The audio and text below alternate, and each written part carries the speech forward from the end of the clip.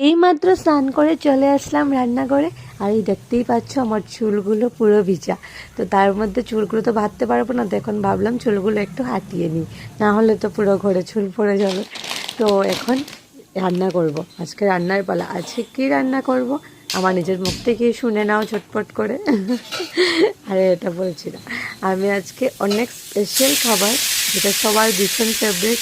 জানি না কে কীরকম লাগে, কিন্তু আমার তো ভীষণ ভালো লাগে। এই বৃষ্টি দিলে এই খাবারটা সবাই মিস করে, কিন্তু যেরকম আমি ভালোবাসি এরকম সবাই ভালোবাসে। আজকে কি রান্না করছি জানো? আজকে রান্না করছি খিচুড়ি। তো এই বৃষ্টির মধ্যে খিচুড়ি খেতে মানে খাওয়ার মজাটাই আলাদা। আর সঙ্গে পাঁপড় ভাজা আর চানা ধারা আর আলু ভাজা। তো আজকে মেনুতে এতটাই ছিল। তো এখন বৃষ্টির মধ্যে ভাবলাম। তো এখানেই তো আমি কথা বলতেই পারছিলাম না, কেননা একটু পরে পরে সিটি দিচ্ছিল খিচুড়ির জন্য। তো আমি আর কথা বলতেই পারছি না। তো ভাবলাম এই যে চানাচারাগুলো বানিয়ে নিই ঝটপট করে। এটা ঝটপট করে বানানো মানে ভীষণ মজাদার খেতে লাগে। তো এখানে বেশি ঝটপট করে আলু ভাজা বানিয়ে নিয়েছি। একটু কি খিচুড়ির সঙ্গে আলু ভাজা না করলে হয়?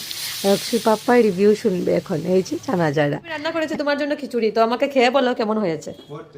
লাইভ রিভিউ নেব।